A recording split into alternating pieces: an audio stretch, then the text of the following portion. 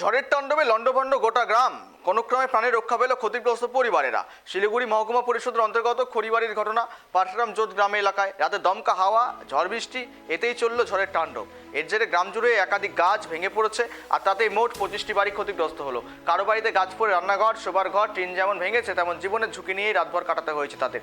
ঝড়ের তাণ্ডবে 10টির বেশি বিদ্যুৎ খুঁটি ভেঙে পড়ায় রীতিমতো বিদ্যুৎ ব্যবস্থা বিচ্ছিন্ন হয়েছে। আশায় গোটা গ্রাম সরকারি সহযোগিতার।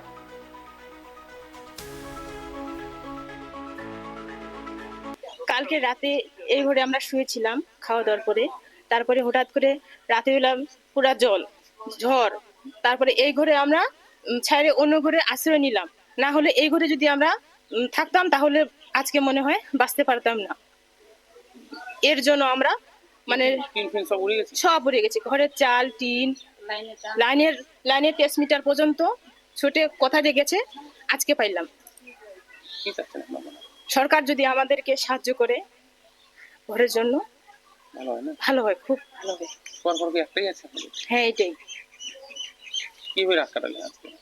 আজকে তো ছাগল উড়ে হঠাৎ করে ঝড় আসাতে আমার ঘরের উপরে 3টা কদম গাছ ভেঙে ঘরের উপরে পড়েছে এবং ঘরটা একদম পুরা টাইট হয়ে গেছে।